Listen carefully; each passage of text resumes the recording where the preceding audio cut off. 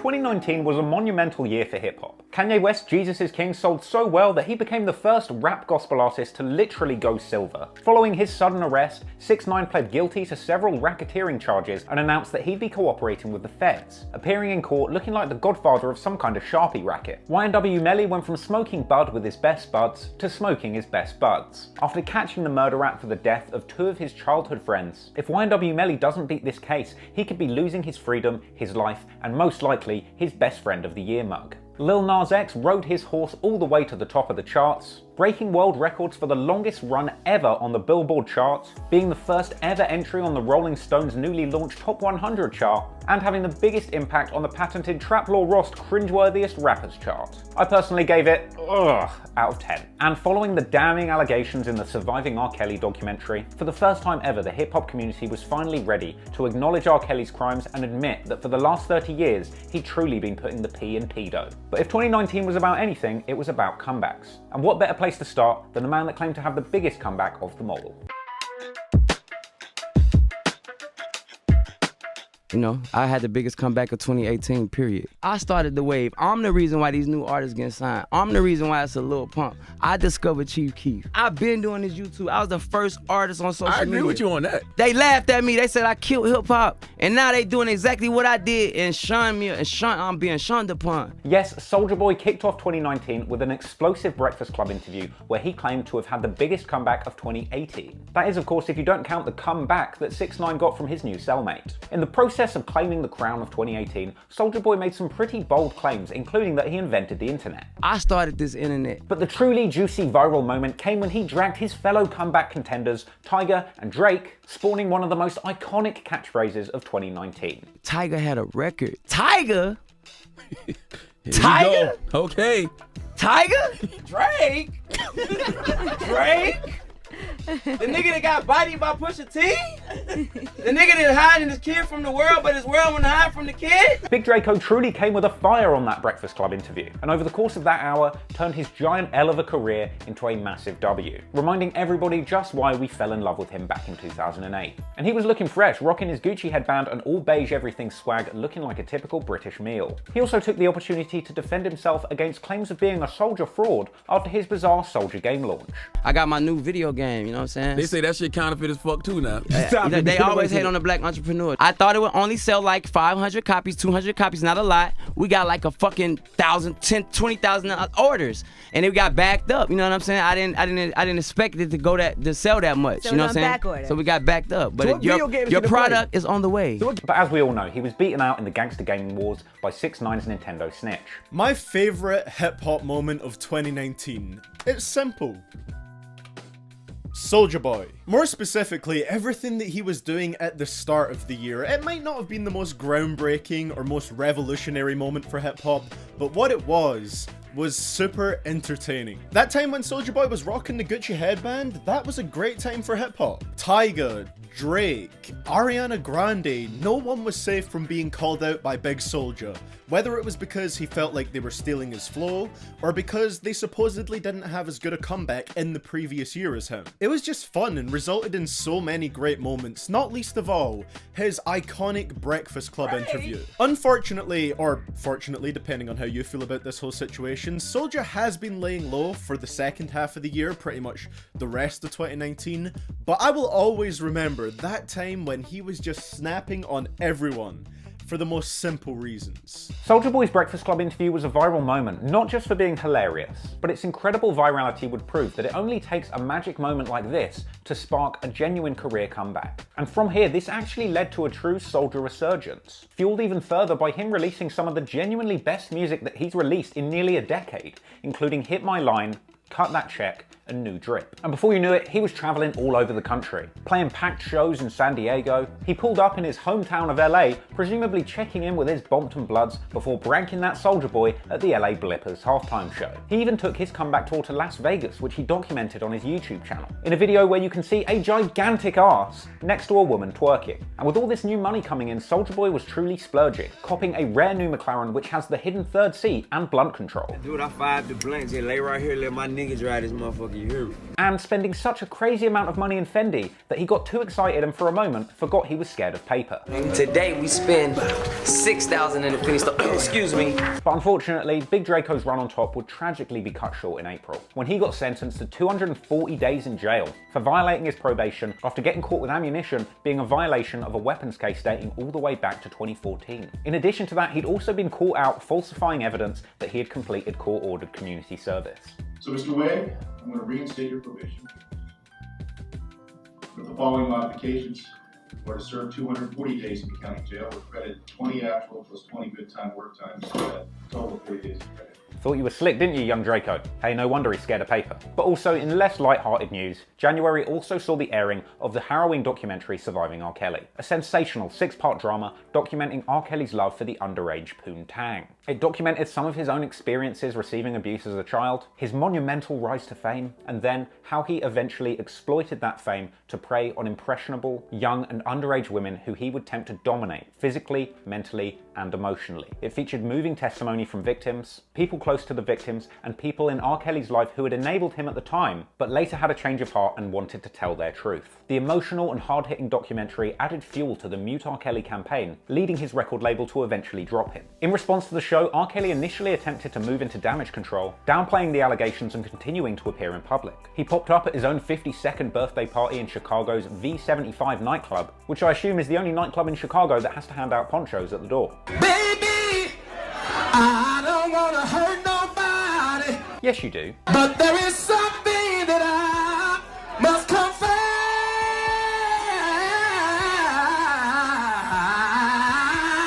Go on then, this should be good.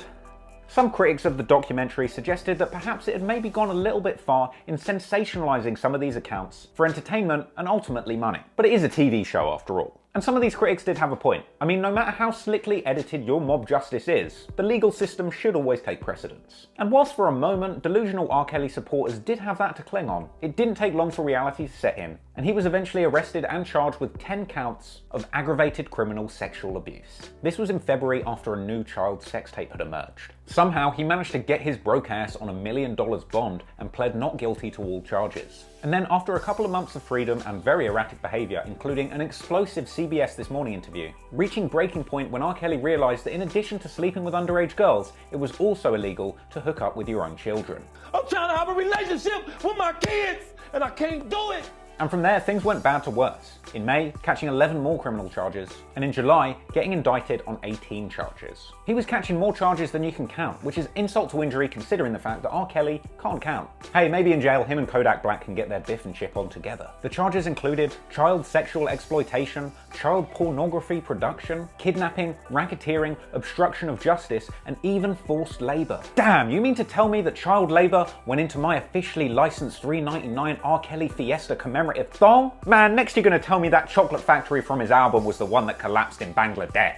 You've gone too far this time, Kelly. At this point, he was duly denied bail, pled not guilty, and has been sitting around for the majority of 2019 awaiting his trial. It's hard to have sympathy for a guy that allegedly kept women locked up against their will, complaining about having to be in jail. He should enjoy it, because being in jail isn't really that different from being trapped in that closet. He also came out to complain that he can't read his fan mail because of his illiteracy. Oh, it's cute. He still thinks that that's fan mail. And of course, the final nail in the coffin for any shred of sympathy for R. Kelly came in the form of him complaining that he wasn't allowed to have both of his girlfriends visit for a conjugal three-way. Shit, if you gave me 2 girlfriends, I would go to jail right now. Hell, I'd go to jail for 1 girlfriend. Shit, considering how disastrous my love life has been in 2019, I would probably do TK numbers just for a hand shandy and a kiss on the forehead. Man, I need to work on my negotiating skills in 2020. Just today, the famed fashion house Gucci is apologizing for selling this sweater that appears to mimic blackface. Twitter exploded. What the hell were they thinking? Went one post. Gucci announced today that the sweater is being yanked from the marketplace. Gucci deeply apologizes for the offense caused. In February, we went from Gucci headbands to Gucci Gettin' Band, after they revealed a black turtleneck that featured a half balaclava with a red lip outline that looked suspiciously like blackface. Look, even if you don't think this thing is racist, it's still offensive just as a shitty piece of fashion. It's like somebody at Gucci was sitting around saying, you know what this year's look needs to be? Steve Jobs with a herpes outbreak. Now at this point, T.I. and other celebrities called for a boycott of Gucci. The only reason Gucci had it because we made that shit hot.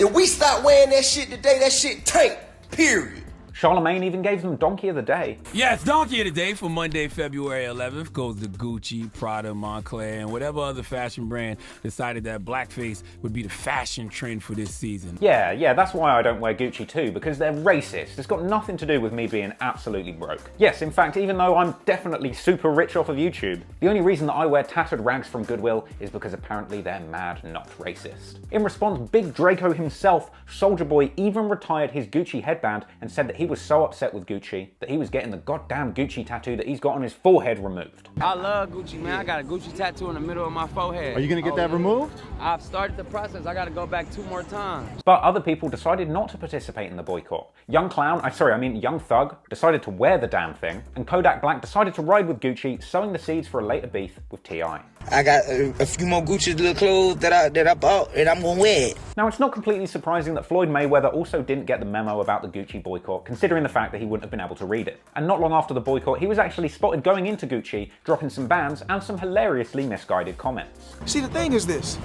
I live for myself. Right. I live for myself. I do what I want to do when I want to and how I want to. I'm not a follower.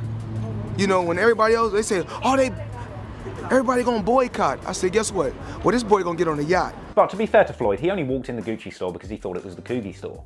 Now at 5:37, 2 men are in jail this morning, including an up-and-coming Florida rapper. Both men are charged in a double murder. Police are saying the two staged a crime scene to make it look like a drive-by shooting. Now, 2018 saw the meteoric rise of unstable, gun-toting madman YNW Melly. After an impressive run of releasing hit song after hit song, including Blue Balenciagas, Melly the Menace, Slang That Iron, and of course my personal favourite, For Real, I'm so for real. Sorry, I've been doing that all year. Off the back of these hits, he'd landed some of the best opportunities the rap game has to offer. And thankfully, his connections with music video director Drew Filmed It ensured that all of his videos were indeed filmed correctly. If Drew didn't film it, then it ain't filmed right. Eventually, landing the holy grail of mental health problem collaborations, the track Split Personalities with Kanye West that debuted with a Cole Bennett directed video releasing on Lyrical Lemonade. Wait a minute, Drew didn't film this, it can't possibly have been filmed right! Now, during Melly's incredibly fast come up, he was rarely pictured without his other YNW cronies, YNW Bortlin, YNW Juvie, and YNW Sack Chaser. Fuck's sake, Melly, why couldn't you have just taken YNW Bortlin and Juvie and spared us Sack Chaser just off the back of having one of the most hilarious and inspired hip-hop names since ASAP Ball Waxer? Now, the YNW boys had been best friends since childhood and all appeared extensively in YNW Melly's Melly documentary. Small thinkers where I'm from. To them in Gifford, to be successful is just a job, a house, and probably Vero somewhere, our little somewhere, like an out-of-town house. They love us and hate us. Like, they happy to see us. They happy to see us when they see us. You know what I'm talking about? Me and all my niggas, we had the same dream going up. But unfortunately, shortly before that documentary was released, tragedy struck. YNW Juvie and YNW Sack Chaser were killed in a drive-by shooting. Well, at least that's what the end of the documentary said. But by February, investigators were taking a closer look at the circumstances surrounding those deaths, leading YNW Melly to turn himself in. Authorities brought murder charges against YNW Melly and YNW Bortling, suggesting that the ballistics evidence said that their story about being targeted in a drive-by didn't hold up. Now, they'd told the cops that they'd left a recording studio, and whilst they were driving, another vehicle pulled up next to them and opened fire. But later, after taking officers back to the block where this supposedly happened, they couldn't find any evidence or reports of a shooting having taken place. They shut down the block. Between 160th and 172, not a single report of gunshots was reported, and no evidence of a shooting was found. And to make matters worse, the alibi that Melly had left the recording studio in a different car to the other three boys didn't hold up, because security footage from the studio showed Melly getting in the Jeep with the three other guys, that same Jeep that turned up to the hospital later with two dead bodies, sans Melly.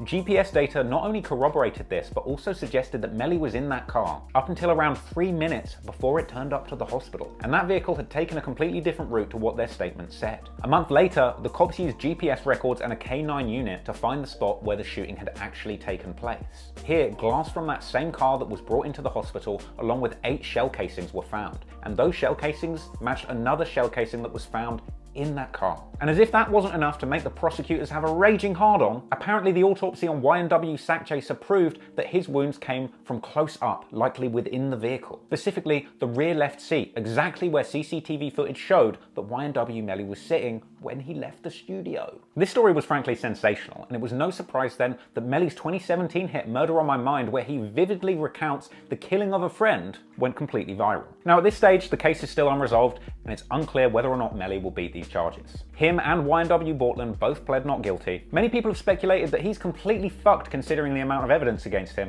and at this stage basically no story seems to have come out from the defense's side. But hey, maybe there's a good excuse, you know, he might have slipped, fell and let off his dicks. Now, Melly wasn't the only rapper in trouble with the cops in February. A Grammy-nominated Atlanta-based rapper called 21 Savage has been arrested by US immigration officials who say he has been living illegally in the country. Yes, British rap fans were truly rejoicing when American immigration authorities revealed that Atlanta knife rob 21 Savage was really Sir 21, the Duke of Savageshire, a bona fide Brit. Now, to some people, this came as a surprise, but many of us had seen the signs early on. I would probably wear this jacket on my way to have tea and crumpets on a beautiful Monday morning. He was actually detained for 9 whole days before eventually receiving legal help from Jay-Z, being released and popping up on ABC News to tell his story. Some people get locked up and find God, others find glasses. I was just driving and I just seen guns and blue lights.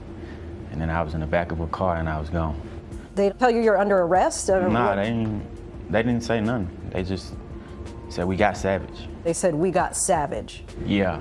What up guys, your boy Quake from Diverse Mentality, and easily the craziest thing and the most interesting thing to happen in hip hop in 2019 was when we found out that 21 Savage is not originally from Atlanta, when he got detained by ICE at an award show, which has like never happened ever, I think, an artist getting detained at an award show like that. And then finding out he's from Britain, East London specifically, was just something that was so left field that if you asked me in the beginning of 2019 what would be the craziest thing, that would be the last thing I would guess.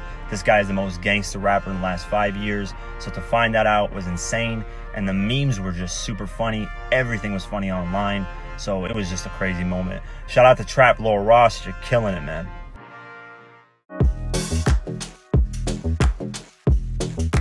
In 2019, it actually emerged that streaming now accounts for 75% of music industry revenues. I assume the other 25% is accounted for by sales of Lil Uzi Vert's jarred fart gas. Sorry, I meant to say release of Eternal Atake. Uzi had spent a lot of 2018 and most of 2019 moaning about the terrible record deal that he'd supposedly signed with DJ Drama and Don Cannon. A record deal that was so monumentally bad that in just a short space of a few years, he went from being a humble nobody on SoundCloud to a Grammy-nominated millionaire with a 7-figure fleet of luxury cars. Oh, the humanity! I actually did an entire video breaking down the whole story of Lil Uzi Vert's deal, so just go and check that out if you want to know more. In other news, Dr. Dre got thoroughly clowned after bigging up his daughter for being self-made and getting into the University of Southern California all by herself.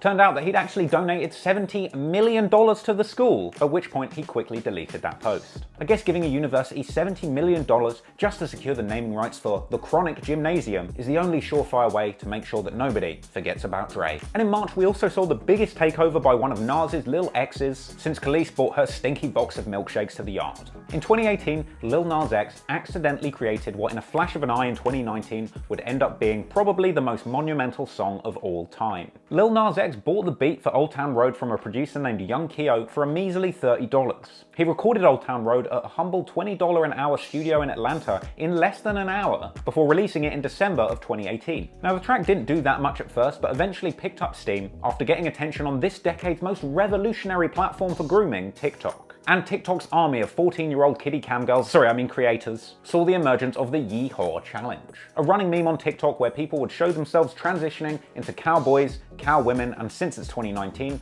cow people, all set to the sound of Lil Nas X's Old Town Road. Nas X said that he'd made over 100 memes of the song himself. Oh, poor Lil Nas X, does he know how many times we got subjected to this fucking song in 2019? But anyway, the TikTok effect eventually gave the song such a boost that it ended up hitting the Billboard charts in March, triggering Nas X landing a 7-figure deal with Columbia Records to distribute the single after what was described as an intense bidding war. That's crazy. I mean, to me, an intense bidding war is still just staying up till till 4 AM on eBay, trying to get a last-minute 94-cent bid in on some used woo-wear. However, the racist old codgers at Billboard said that the song should be disqualified from being number 19 on the Hot Country Tracks chart because apparently it didn't fit the genre. I mean, come on, the shit's about riding a horse down the old town road, what more do you want? This sparked a huge debate about the definition of what country music truly was, and the possible racism of the genre and the Billboard charts themselves. A debate which definitely wasn't stimulated by Columbia Records to generate attention for the song. Well, off the back of that completely organic discussion, the racist old codgers at Billboard ended up eating their words as the song got a remix from Billy Ray Cyrus, country pop legend and father to the winner of the 2018 Stinky Saddle Award, Miley Cyrus. The speed at which this record label-assisted slam dunk took Nas X to the top stirred up a vast amount of speculation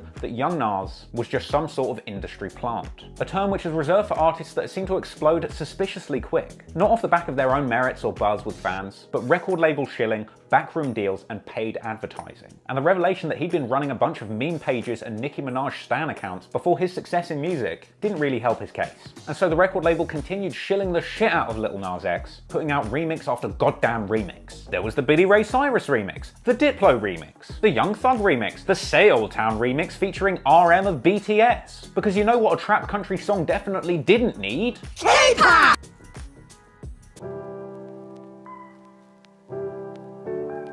Thousands of fans of Grammy-nominated rapper and community activist Nipsey Hussle are in a state of shock today. They are mourning the hip-hop star's ultimately and violent death. Nipsey Hussle was murdered in broad daylight outside a clothing store that he owned in South Los Angeles, and he was killed just before he was about to meet with city leaders and the LAPD about reducing gang violence. April started with a depressing story that's become far too familiar in hip-hop. The news of Nipsey Hussle's tragic murder permeated throughout the hip-hop community, leaving fans and artists completely devastated. His passing was particularly impactful considering the fact that he was taken from us at the height of his career, fresh off of the back of releasing an incredible Grammy-nominated album Victory Lap, and just as he was beginning to seemingly make huge progress by investing in his community and taking steps to try and reduce gang violence in his city. Before long, people were lining up to press F and pay their respects to the fallen legend.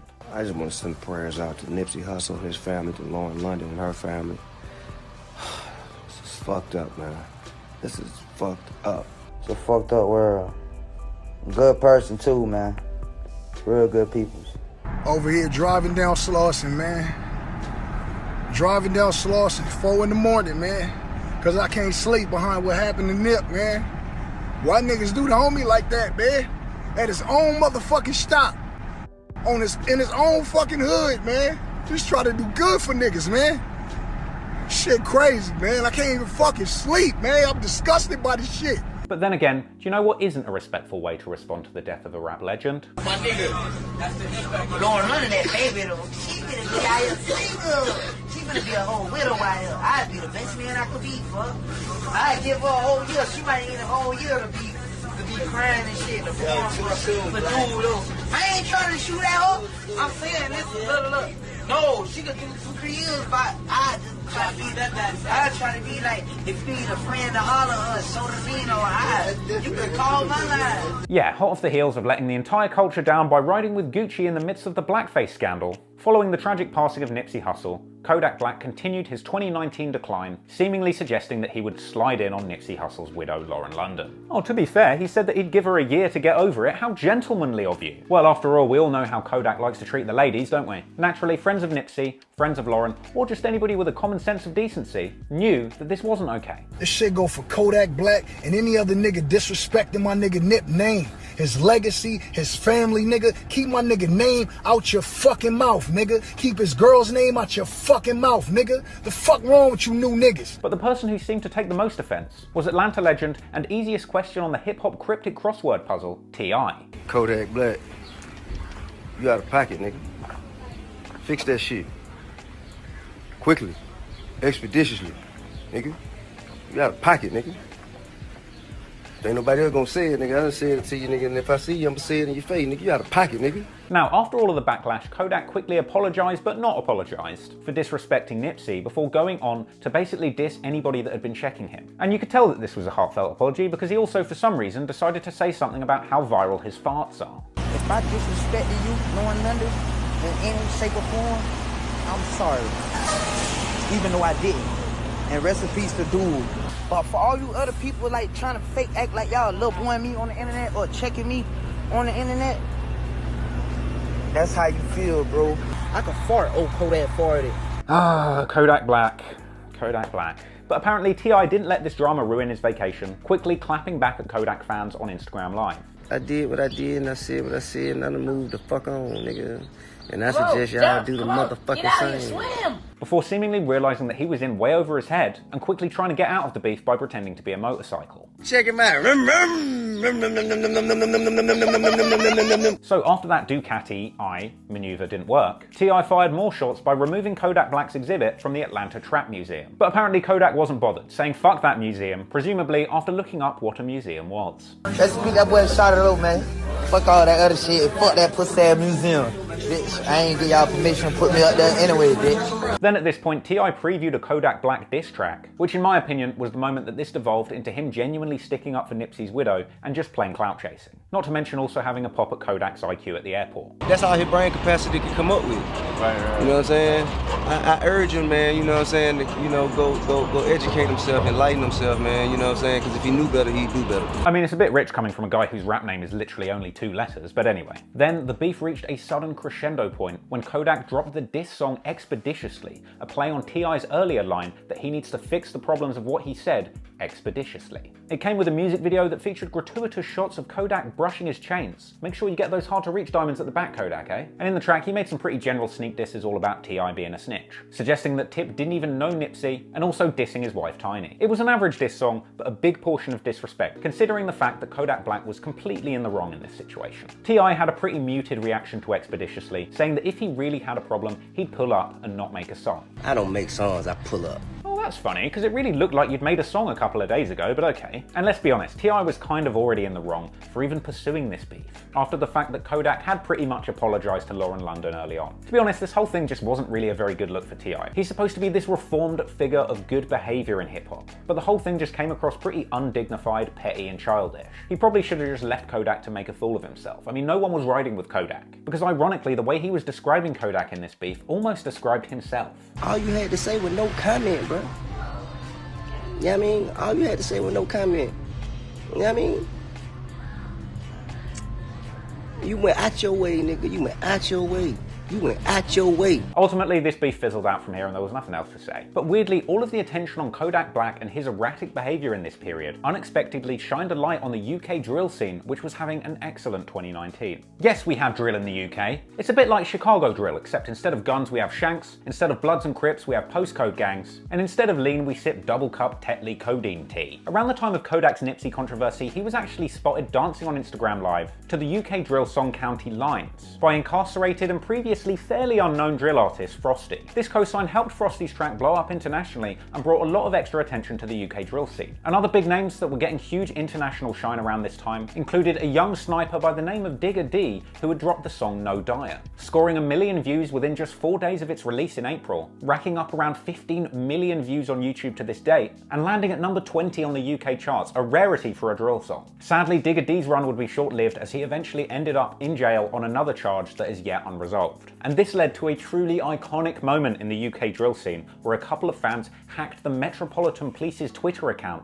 and tweeted, "Free Digger D." And hackers weren't the only one loving Digger D's music. Drake showed his love for Digger while chilling with Backer Not Nice, and it was actually Drake's regular patronage of UK drill in 2019 that led to him enraging British grime legend Wiley, who managed to get some amazing free album promo by baiting Drake into responding to his culture vulture allegations. That's some culture vulture, like, what does that even mean? I don't understand what that means. Yeah, I didn't like that. And it was Wiley that said that, you know what I'm saying? I'll just say his name because I felt like that was some goofy. But yeah, I just didn't like that. And the final piece of UK drill news came from Russ, who followed up his January hit song Gun Lean with the Tion Wayne assisted tribute to Trap House Thoughts, Keisha and Becky. This peaked at number 7 on the UK charts, hanging around for 31 weeks and eventually going platinum. Very rare for a UK drill song. Now, I know you American viewers are probably sitting around saying I've never heard of Russ, and it's pretty likely that you're actually unable to listen to the British Russ's music, since the petty American Russ actually threatened to sue and tried to get the British Russ to change his name. Well, the British Russ didn't cave in because, you know, he's really fucking tough. Yeah, changing my name, but I'll smash man up, fam. Dickhead youths, bruv. So now his music is completely blocked in America and you probably need a VPN to even listen to it. Great way to put the brakes on any international development of your career, isn't it? But hey, I'm in favor of it because it seems to be a massive middle finger to the American Russ, who everybody seems to agree is totally whack. And it's for that reason that as my own personal FU to the American Russ, I'm officially changing the title of my channel to Trap Lore Russ.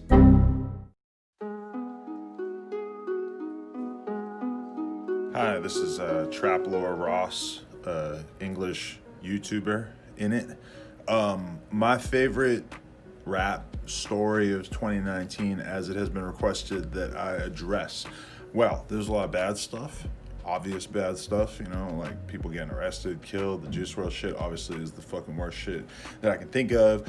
But, you know, in terms of positive stuff, I'm just gonna go out on a limb and say I gotta give it to the baby. I'm a big fan of the baby. I think he's a great guy. I think he represents such positivity, such talent, such charisma, such energy. You know, he's gonna be a guy that we're seeing in the game for a long ass time, as far as I'm concerned. And I just like the whole positive narrative of him and shit. And, you know, Stunner for Vegas, I'm a big fan of him too. I don't know, why the fuck am I talking about the baby? I couldn't think of anything else. It doesn't feel like this is like the thing I should be talking about, but it was definitely dope to see him come out. I feel like I got to get that interview. And also Lil Nas X, just because of the gay thing. After DaBaby's debut big label album Baby on Baby dropped in March, the foundations for a 2019 takeover were truly set. The album was frankly a banger-laced modern classic, which in my opinion was fire from start to finish. His lead single Suge slid into the bottom of the charts in April and continued its rise throughout May, bringing DaBaby to the forefront. Now, the public's interest in DaBaby were initially stimulated by his general shenanigans, including a famous incident where he goddamn killed a guy in Walmart. And if you don't know that story, you are truly tripping, because Mans did a video about it and it was the most popular thing I ever did. Go and watch that if you haven't, but hopefully you have. But it's important to acknowledge the fact that in spite of the shenanigans, DaBaby was also making genuinely amazing music, thus creating a perfect storm of talent and tomfoolery. And when he rose to the height of fame only a few months later, the shenanigans continued and only fueled the legend around him. In May, he had a couple of truly viral moments, including getting in a fight with a dog on an airplane. Lady sitting next to me with a motherfucking stinking ass dog. Ugly ass dog. Wasn't even no pretty dog. Stinking ass, funky ass dog. The lady who put the stinking ass dog there. Well, why didn't you fly first class? If you're too good to have a dog next to you, why didn't you fly first class? And then they served, if you guys keep going, we're gonna call the police. As a matter of fact, call the motherfucking police. I'm getting off in the next city. We flying private. And never one to give his fists of fury a rest, he famously put the beats on a human man for harassing him in the Louis V store. Now, annoyingly, I can't actually show you the clip of the beatdown because it probably violates multiple YouTube policies on violence. So I'll let Charlemagne give you the most expert analysis one could offer. All right, the fat Cam Coldheart was attempting to buy a belt, and then Cam ended up on the ground with his pants around his ankles. Shows why belts are so important. You really shouldn't leave home without one. Honestly, there's nothing more simultaneously classy and ratchet than beating someone senseless in the Louis Vuitton store. To be fair, I've only ever been beaten senseless in the Louis Vuitton store once, and that was for jerking off in the changing room. Hey, maybe if they made their marketing less sexy, I wouldn't have to do it. And for the record, I never jerk off in the Gucci store because they're racist. Also in May, a couple of significant albums dropped. Both Tyler the Creator's Igor and DJ Khaled's Father of Assad dropped, duking it out for Billboard's #1 slot. Now, before we look at who won, let's take a look at the pros and cons of each project. Now, the pros for Father of Assad is that it's literally got every rapper that's ever lived on it. Nipsey Hussle, check. John Legend, check. Lil Wayne, check. Quavo, Chance the Rapper, Jay-Z, Future. I mean, the track list of this thing looks like Superhead's Little Black Book. I swear at this rate, DJ Khaled's next album is just gonna have 1,000 rappers on there, each saying a word each. But of course, the major con is that on every one of those tracks, DJ Khaled is shouting his goddamn voice all over it and constantly waving his son around in the music videos like some kind of Arabic tron. Is that your son? No, I just bought this baby cash. Now, Tyler the Creator's Igor album, on the other hand, is a very camp affair. It was all funny wigs and feelings. It's a concept album with a deep narrative that supposedly portrays Tyler the Creator seeing a guy called Igor who is also seeing his ex-girlfriend in a strange love triangle. I mean, this album is rich in things other than money, and it made me feel all weird and emotional. I don't like it. I mean, it was almost as if he'd spent a lot of effort crafting a piece of art that expressed his deeply held emotions through his own highly unique form of alternate hip-hop, giving the whole project a really fresh and unique perspective. Combine this with the fact that Tyga had seemingly been trying to come out of the closet as gay or sexually ambiguous for several years, this album was actually a really significant moment in the hip-hop cultural zeitgeist. It was no surprise then that Igor landed at #1 on Billboard and DJ Khaled's Father of Assad at #2. We the second best! Now at this point, DJ Khaled allegedly flipped his lid and stormed into the Epic Records office and threw a temper tantrum. Apparently he was pissed at the way they'd rolled out the album. This was made even worse by the fact that his attempts to finesse more album sales by bundling copies with shitty cans of pop completely failed. And to make matters worse, he then posted, then deleted, a bitter rant against Tyler's album, recorded from the backseat of his $1 million Maybach Launderette convertible. Oh, it's a hard life being #2, isn't it, Khaled? I gotta say this too. I make albums so people can play it, and you actually hear it. You know, driving your car, you hear another car playing it. You know, go to the barbershop, you hear them playing it. You know, turn the radio on, and you hear them playing it. You know, it's playing everywhere. It's called great music. It's called albums that you actually hear the songs. Not no mysterious shit, and you never hear it. On your dome. He seemed to inadvertently describe his own album as only being good if you heard it from a distance from a passing car, or under the sound of clippers in a barbershop. Yeah, Khaled, that's a good point, because I actually listened to your album from an iPhone that was nestled between the butt cheeks of a fat man, as your tracks played in between muffled wet farts. And I've got to say, it definitely improved the listening experience. Khaled was mad that Tyler's album was all mysterious. I mean, the audacity of a man that doesn't even rap or produce the songs on his own album, shitting on someone else that actually made a good piece of art because it's mysterious. The only thing mysterious about Khaled's album is it's a mystery what contribution he even made to the fucking thing. I mean, honestly, all of his albums might as well have been made by a Google AI that had been fed nothing but Flowrider albums for 10 years. But hey, maybe he could have got behind it if Tyler the Creator's album was just all features of other rappers, with Tyler only popping up once on each track to shout, "It's DJ Tyler! My sexuality is ambiguous, that's a major key!" June was one of the more quieter months for hip-hop in 2019. Nicki Minaj missing posters emerged, as fans wondered where she'd disappeared to over 2019. And to be fair, they had reason to be concerned. I mean, she'd been hanging out with a killer after all. One of my personal favourite albums of the year dropped, from Young Thug clone Lil Keed, proving that no matter how far hip-hop evolves, there's always new noises you can make with your mouth. But there was actually one big release that everybody had been anticipating, for better or for worse. And in June, we'd finally find out if nobody's favourite cowboy could capture lightning once again. Panini, probably the first song I made for this EP, and it was kind of like just me like in a mindset of almost you know, like a person who's gone from nothing and now they're like moving up in the world, and like they've had like these fans before they started to like really pop, and those fans don't love you as much anymore. They may like be fans or maybe like family members or something like that. Yes, in June, person Lil Nas X attempted to do the impossible, following up quite literally the biggest song in the world that he'd made completely by accident. He released his sequel Panini and had fans baffled. Why was Lil Nas X using his moment in the spotlight to declare his love for mediocre rectangular sandwiches that you commonly find in Pret a Manger and Starbucks? Maybe Starbucks is where Lil Nas X is going to work when those cowboy checks stop coming, I don't know. Upon closer inspection, it turned out that the song's title Panini was actually a reference to the Cartoon Network's children's show, Chowder. I mean, it makes sense. Many people thought that the reason Old Town Road had been such a hit was its simple lyrics that refer to driving tractors or riding horses. I mean, these basic bars are most enjoyed by very young children, kids just learning to read, or at a stretch, Kodak Black. And soon after the track, the music video for Panini dropped, which I think is best described as Old Town Road in space. But thankfully, the track also got a remix from DaBaby, making it just about bearable, with a fire verse that once again proved DaBaby was truly here to stay. Lots of people praise this as a massive W for Lil Nas X, proving once and for all that he wasn't a one-hit wonder, but I kind of disagree. Old Town Road was truly the biggest run anyone has ever had on the charts, and he had an impossible task here. And although it's a W for Panini to come out of the gate landing at #4 on Billboard, the success of this song was really just the after effects of Old Town Road being such a huge hit. Old Town Road was a novelty record, and in a sense so was Panini, being that it was a novelty to see the Old Town Road guy trying to follow up Old Town Road in space.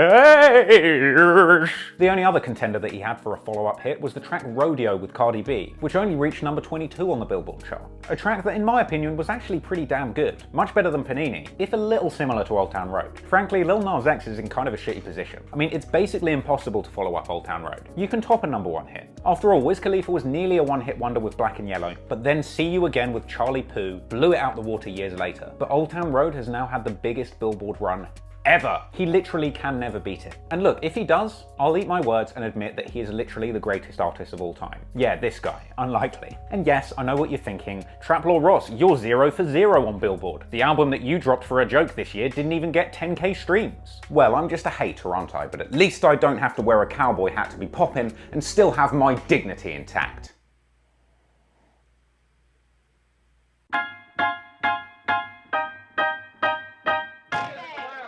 Mr. President, who's that pretty motherfucker? A$AP Rocky. In July, A$AP Rocky was spectacularly arrested in Sweden for scrapping with a couple of haters that were trying to finesse a set of headphones out of it. It was big news all over the world, and even Donald Trump tried to get involved to finesse some support out of the black community. So I personally don't know A$AP Rocky, but I can tell you that he has tremendous support from the African American community in this country. And when I say African American, I think I can really say from everybody in this country. This whole charade even included a bizarre moment where it seemed pretty clear to me that A$AP Rocky must have piped down Melania at some point. Actually, the one who knew about A$AP Rocky was our First Lady.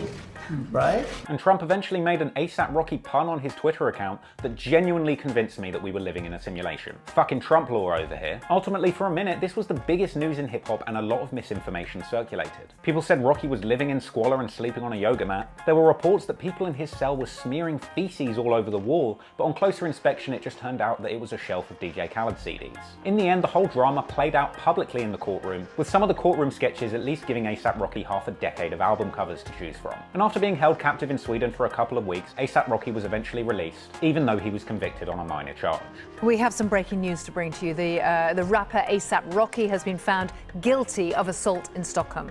The Swedish court says the victim in the case will be awarded damages. And once again, I did a whole video about Rocky and other rappers getting arrested in Sweden, so do go and watch that if you must. In other news, Chance the Rapper's album The Big Day came out, and despite what the official review said, the true fans were willing to speak the cold hard truth. No one cares about your poxy wedding, mate. The Big Day is essentially a 22-track torture chamber with 77 minutes of runtime. But as always, one of the biggest hip-hop stories of the year was of course the XXL freshman list. Those featured on the list included Dollar Store Jaden Smith doll Comethazine, Tierra Whack, pictured here after a particularly bad stroke caused by listening to Chance the Rapper's album, part-time Louis Vuitton security guard DaBaby, the one rapper probably most deserving of a Lil suffix, Lil Mosey, Ned Flanders' secret love child Roddy Ricch, YBN Corday, more like YBN Bourday, boyfriend of the year YK Osiris, Rico Nasty, pictured here after accidentally stepping on a Pikachu, Gunna, the only rapper with a money phone that also sends texts, full-time rapper and part-time roadside worker Megan Thee Stallion, and the only rapper with the cheat code to spawn an RPG, Blueface. But what is a XXL freshman list without at least complaining about the people that should have been on the list? So the most notable snubs of the 2019 XXL freshman list included YNW Melly, who wasn't included because he smoked his buddies, NLE Chopper, who apparently blew up too recently to be included, Polo G, I am actually genuinely not sure why he wasn't on the list because he was quite good, Juice WRLD, who admitted that he actually turned down being on the list, Sheck West, who couldn't make it because he was accused of stalking and abusing the singer Justine Skye, Lil Baby, who was arguably too big for the list by the time it went to print, plus the fact that Gunna got on the list was almost a consolation prize, because at this point Lil Baby was already racking up more plaques than a crank fiend on his last tooth. And of course Lil Nas X, who was by far too famous to be included on the list at this point, and also technically at this point is way more of a cowboy than a rapper.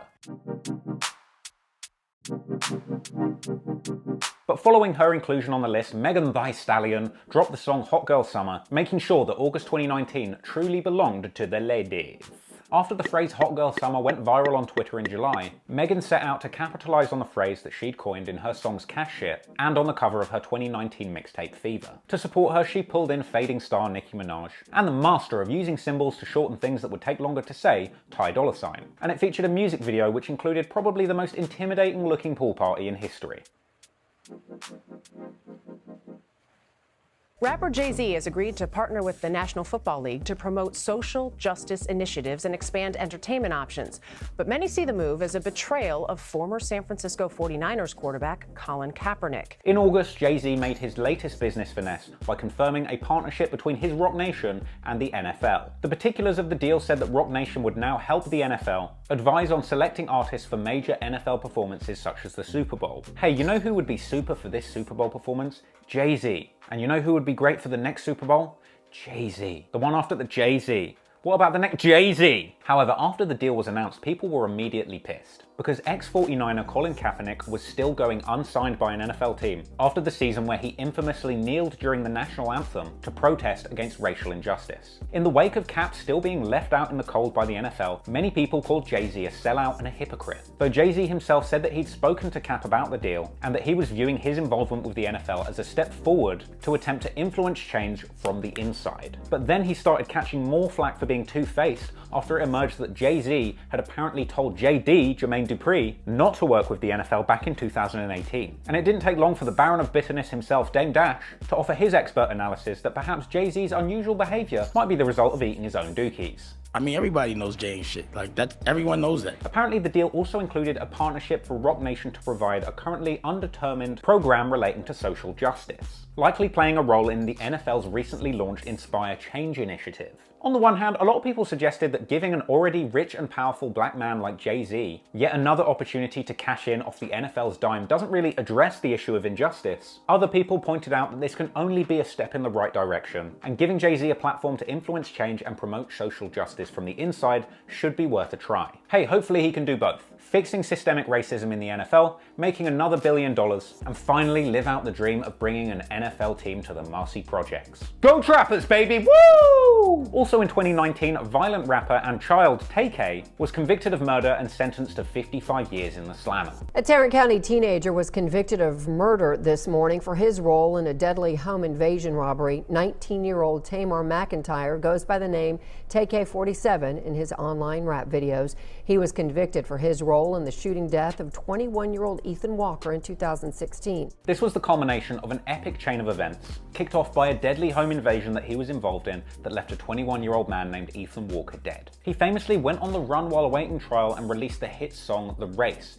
bragging about his crimes and being a fugitive. He also allegedly beat and robbed one man and killed a videographer whilst on the run. The tale of The Race was a sad story about clout chasing gone all wrong. And once again, only a couple of weeks ago, I did a whole 25-minute breakdown documenting the entire Tay-K case. So if you want to see that, go and check it out on my channel, you bitch. Meanwhile, Young Thug dropped his first #1 Billboard charting album, So Much Fun. The album was supported by the long-running successful single The London, named after the luxury hotel in West Hollywood. Fun fact, The London actually used to be the Bel Age Hotel, famous for being the location where Suge Knight balconied Vanilla Ice in exchange for $4 million in royalties. And it's also a place you're likely to find me skulking around the parking lot, filming the final segment of my documentary about the history of hip-hop in LA. The album also featured the single Hot, with a music video seemingly filmed in a house where one of my videos is playing. And also around the time of the album's release, Young Thug also released a music video for the song Surf, which featured him riding quad bikes, or four-wheelers as you Americans like to call them, with a stunning selection of twerking video thoughts, including my own personal thought crushes Hayden and Rochelle of the Blackout Girls, who I hear needed a little bit of extra bike training before the recording of that video.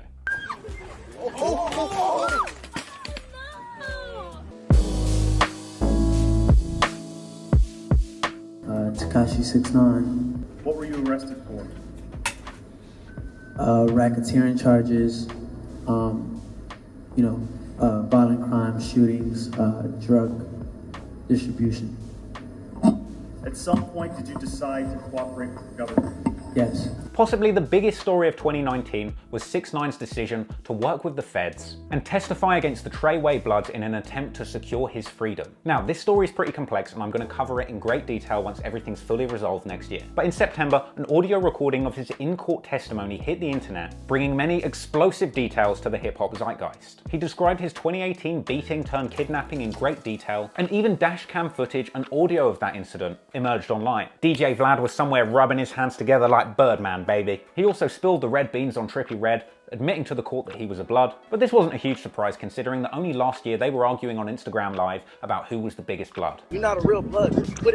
You're not a real blood because you linked up with You're not a real blood. No, you're not a real blood. No, you're not a real blood. He told the court about how his Treyway goons set up Trippie Redd sucker punching him outside of his hotel. He copped to ordering Treyway member Kuda B to shoot at Chief Keef in Times Square. He detailed the robbery of 2 Rap-A-Lot members in retaliation for an altercation the previous year at South by Southwest. He pointed out gang members who'd appeared in his music videos, and we even got to see juicy footage of Treyway members letting off a gun backstage at the Barclays Center. DJ Vlad had to change his pants after seeing that one. This wasn't a good look for 6ix9ine, and the internet's meme economy reached a new high. For me, hip hop moment of the year has got to be 6ix9ine and his trial. First off, The memes were phenomenal. Second off, there was so much crazy shit that was released to the public that most people completely overlooked. The footage and audio of 6ix9ine getting kidnapped by his own gang was just released to the public. The FBI tapped a bunch of phone calls between Treyway members saying how they want to set up 6ix9ine and kill him, and that got released to the public. Like, it's literally a Netflix original series just waiting to be made. So yeah, 6ix9ine's trial and all the information that came out of it, hip-hop moment of the year. But it was also revealed that 6ix9ine intended to turn down witness protection if he eventually gets released, intending to pick up his career where he left it and make a comeback. But it seemed there was one person on the other side of hip-hop making quite the opposite of a comeback, as Nicki Minaj finally decided to hang up her stinky leopard print leotard once and for all. She had an incredible journey to the throne of hip-hop queen, but heavy is the butt that wears the crown. And since Cardi B's arrival on the scene, it seemed like hip-hop only had space for one giant fake-ass having songstress. And on top of that, Nicki was having some trouble maintaining her relevance. Some felt that she was really failing to recapture her previous Billboard success with her recent releases. She'd only recently had an embarrassing L after pulling a DJ Khaled and getting mad salty at Travis Scott after her album came in at number 2 after his. Wonder who's got a fatter ass, Khaled or Nicki? Her 2 2019 singles, Megatron and Tusa, scored Billboard positions 20 and 79 respectively. But in her defense, she was having success appearing as a feature on already poppin' songs with genuinely good verses, including Megan Thee Stallion's Hot Girl Summer. Some said that this was proof that she was still killing it, others said that this was proof that she was falling off and could only remain relevant by attaching herself to already successful songs and artists. And in addition to that, Nicki Minaj was attracting a lot of negative attention from fans over her questionable relationship moves. After breaking it off with boyfriend of 15 years Safari Samuels to have a clout romp with Meek Mill, pictured here showing us which fingers he had to wash after he was done with her, she ended up dating convicted rapist and killer Kenneth Petty, meaning that once married, her name will literally be Mrs. Petty. You can't make this shit up. I personally feel sorry for Safari Samuels in all this. I mean, imagine spending 15 years trapped in Nicki Minaj's stink box, only to get tossed aside for a man that just spent 15 years in an actual box. She'd previously dated Kenneth Petty as a teenager, but while she went off to have the Billboard charts on lockdown, he went off to have himself on lockdown. And I would call him her childhood sweetheart, but this guy's far from sweet. Because while she's tried to defend him and downplay his past convictions for rape and manslaughter, she hasn't really helped her case for him being a reformed character by spending 2019 running around threatening to sick her killer boyfriend on people that don't like her music like DJ Academics. So a lot of fans and internet trolls truly weren't feeling Nicki Minaj's vibes at this point, and it really felt like in 2019 the tide was turning. And so in September, she shocked, not that many people, by deciding to retire and have her family. And thus, fans of giant-bootied, belligerent female New York rappers were left heartbroken. Where could they possibly get their entertainment from now? Warm pussy. Warm. Shit feels like a fat bitch pussy. You know, fat bitches got warm, nice pussy too. Oh yeah, I forgot we have a spare Nicki at home. In other September news, DaBaby dropped his follow-up album Kirk and bagged a very well-deserved #1 album. Though it can't be that hard. I mean, I personally streamed it 1,000 times just out of pure fear that if I didn't, he might shoot me dead. 2019 was also a good year for specky little nerdlingers as Lil Tecca blew up off his infectious hit Ransom. Seemingly out of nowhere, that track ended up bagging the #4 slot on the Billboard chart, proving once and for all it doesn't matter what you look like. The best way to succeed is just be yourself. Oh, and get a beat from Nick Mira, that seems to help a lot as well. In October, Tyga took a giant W and signed a big deal with Columbia like a young Tony Montana. Come on, Tyga. You remember Tyga? Tyga! This nigga sitting right here talk about Tyga. The nigga that lost his bitch to Travis Scott. Oh shit. Holy shit. The nigga that Travis Scott nutted in the bitch and got her pregnant. Damn. Oh yeah, what happened with that chick who handed Tyga the giant L last year? Well, in October, Travis Scott took a 10-figure L in losing Kylie Jenner. Really, nothing stings more than becoming Mr. Lose Your Girl at the hands of the newly crowned billionaire of botched butt jobs. Steve Buttjobs, if you will. Story goes, they agreed not to speak publicly about their split and that they wouldn't squabble over custody of their 1-year-old daughter, Stormy. Initially, reports came out that Travis had actually been cheating on Kylie Jenner, which he categorically denied. But quickly, the internet began to work out the identity of his alleged side chick as model Roheen Carr, aka Young Sweetro. Sure, I mean, she's fine as hell, and yeah, I probably would go one-on-one with Kenneth Petty in the Octagon just to sniff a bus seat she'd recently sat. But let's be real, by comparison, she looks like a measly $1 million store Kylie Jenner. And for the record, she denied the rumors of cheating too. Some people came out the woodwork and said that the real reason for the split was that Kylie was upset that Travis Scott hadn't made a marriage commitment to her. Hey, maybe she was trying to make his broke ass sign a prenup. And after all, they had been rumoured to have tied the knot a couple of times. But regardless, after the split, Kylie Petty went for the jugular and was quickly spotted leaving Tyga's studio. But the disrespect would reach a new high when word got out that she'd been casually hooking up with the Crown Prince of Clouty Arabia, Drizzy Drake. Gosh, she's a bit old for you, isn't she, Drizzy? You'd be going out with Blue Ivy next. But truly, one of the most monumental stories of the year was Kanye's Will He Won't He album drop. All the way back in 2018, Kanye announced that his new album would be called Yandy, and this evolved Yeezus cover art did the rounds for a couple of months. I mean, Kanye must have sinned a lot during the recording of this album, because even though he's a good guy, Gandhi is kind of a step down from Jesus. I personally would have liked to have seen Kanye really have some balls, name his album Yalla, throw a picture of the Prophet Muhammad on the cover, and get that fatwa popping. Now that's how you market an album, and be forced into hiding. But Yandy rumours ran all the way through 2018 and 2019. People said it was going to have 6ix9ine, XXXTentacion, the Migos. And then he was seen recording in Miami with T Grizzly, Lil Wayne, YNW Melly. And then mysteriously his Sunday service sessions started popping up. As you can see in this footage here with Kanye West at one of the first Sunday services, seemingly pressing the crouch button on his keyboard over and over again. And Kanye's Sunday service sessions did the rounds all through 2019, popping up in fields all over the US like some sort of Yeezy season car boot sale. Apparently during this time, Kanye really begun to find his faith, even bringing in his pastor Adam Tyson to work on his Jesus is King album. Nicki Minaj revealed around mid-2019 that Kanye had truly become a born-again Christian, and eventually Kim revealed the title and track list of Kanye's new gospel album on the same Twitter account that she uses to post gratuitous pics of her nice cans. How Christian of her. But hypocrisy aside, she announced the album's release date September 29th, and when that day finally came...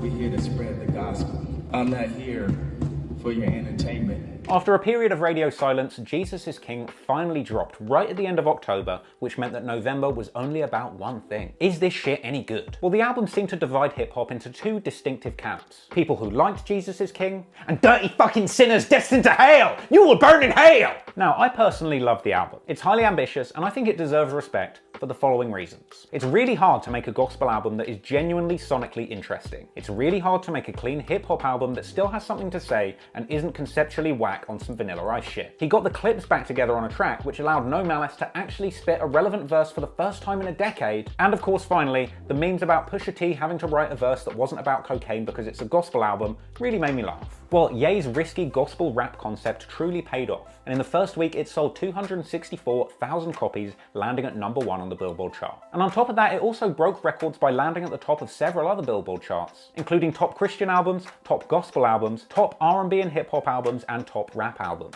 And I assume it also topped the commemorative YNW Melly Serious Mental Health Problem charts. But then again, Kanye wasn't the only rapper that was getting all biblical in November. Not only have we had the conversation, we have yearly trips to the gynecologist to check her height. Oh, you okay? Yes, I know that it's 2019, but for some reason T.I. was out here acting like a pastor in 1819, saying that every year he takes his 18-year-old daughter to get her hymen tested to make sure she still has her virginity. This must be a family tradition in the Harris family, as we all know that T.I. himself has been subjected to a few traumatic searches of his own stash box. T.I.'s misguided comments on the Ladies Like Us podcast quickly attracted a lot of hate, and anybody with a shred of respect for women was lining up to take shots at T.I. like they had a trunk full of illegal word guns. Well, of course, everybody should know this, but having your hymen broken, not broken, that has nothing to do with your virginity. You Correct. can have your hymen intact and have had sex, and you can have your hymen broken and still be a virgin. And I think women should be able to control their own bodies. If she decides that she wants to have sex, then she should be able to do that without somebody interfering with her and telling her what she can and can't be doing. The other issue I had was he said he doesn't do this with his sons. Right, so it's okay for his sons to do that. Unfortunately for T.I., it turned out that for the last 5 years, those tests were inconclusive after they'd been carried out by Dr. Aubrey Epstein, MD. But in other news, in what was a landmark month for hip-hop stupidity, the Dumbass of 2019 award found its rightful home as Kodak Black was sentenced to 3 years and 10 months in jail. In May, he was arrested on federal firearm charges before his scheduled appearance at Rolling Loud. Also now to this, new details about the most recent arrest of rapper Kodak Black. He is now sitting in federal custody City the same weekend he was supposed to perform in Miami Gardens at Rolling Loud. This was all in relation to him making a false statement on a government form when purchasing firearms in January. Now, he's a convicted felon, so he shouldn't legally be able to buy a gun. Turns out he put down a false social security number and also lied about having any open indictments. Turns out one of the guns Kodak bought was a $2,000 SIG MPX K9. I'm sorry, but just look at the size of this thing. In case you're interested, I believe his secondary weapon was a Glock 18, and his chosen perk was career martyrdom. Apparently, that machine gun was left at the scene of a shooting with a live round in the chamber and Kodak Black's fingerprints on it. That gun had been fired at 2 homes, one apparently with 3 children in it. It seemed like Kodak had personally gone and shot up the house of an op. And in April, as Kodak was attempting to re-enter the US from Canada, where his convoy was stopped and arrested after authorities found the other gun that he'd bought in January, the Glock, and a bunch of weed. So the feds closed in, and in November, Kodak ended up copping a plea that saw a potentially 96-month sentence reduced down to 46. And to be honest, things ain't looking too good for Lil Kodak. He's still awaiting trial for an open rape case that he caught in North Carolina, and by the sounds of it, he can't even catch a break while he's in the can, as apparently he'd got put in the hole for having a fight with a prison guard that eventually led to him giving that guard the old dick twist. Twist his dick! Yo, what's good, Trap Lord Ross? Marvelous Beats here. Looking back at hip-hop in 2019, one of my favorite moments was seeing YBN Cordae being nominated for a Grammy with his album The Lost Boy. Absolutely amazing. He was kind of in the shadows under the other YBN members with Namir and Almighty J in the past, but he's the most talented by far, so I was super excited to see him succeed, be nominated for that Grammy, and that's one of my favorite moments of the year. I appreciate you letting me be in the video, bro. Peace out. Rapper Juice WRLD is dead after suffering a medical emergency at Chicago's Midway Airport. The rapper, whose real name is Gerard Anthony Higgins, had just gotten off a flight from California this morning when he collapsed. He was rushed to a hospital where he was later pronounced dead. He just turned 21 last week on December 2nd. Sudden tragedy struck in December, where seemingly out of nowhere, Juice WRLD passed after having a seizure at a Chicago airport. This loss was particularly acute for the hip-hop community, as 2019 had truly been Juice WRLD's year. His second album, Death Race for Love, dropped in March and had been a Billboard #1 hit. Social media was instantly bereft with tributes, as well as stark warnings against drug use, amid reports that his death may have been caused by a drug overdose or withdrawal. And while, as the days passed, unusual details surrounding the circumstances of Juice WRLD's death emerged, including reports that a large amount of drugs and some guns were found on the airplane, as well as speculation as to why Juice WRLD might have taken a fatal dose of drugs, none of that really mattered. Because regardless of the circumstances as to why Juice WRLD passed, the true story here wasn't about what was going on that plane, but it was really about the tragic loss of one of hip-hop's most promising talents, seemingly at the hands of a tough relationship that he'd had with drugs for many years. It was heartbreaking to look back and see that over the course of his career, he'd always been open about not wanting to go out this way. In fact, whilst traveling over to the US for Christmas, I was shocked in the airport to see a cover of XXL magazine with Juice WRLD on the front cover.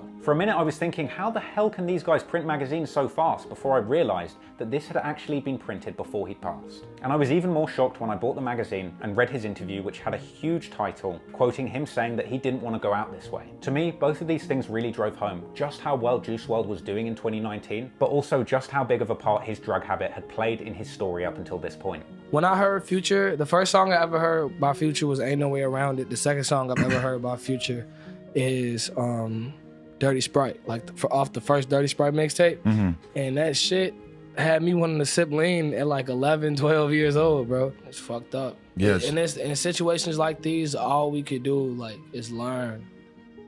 Learn from, the mistakes that people make and better yourself and let them live through you. Right. All you can do is learn.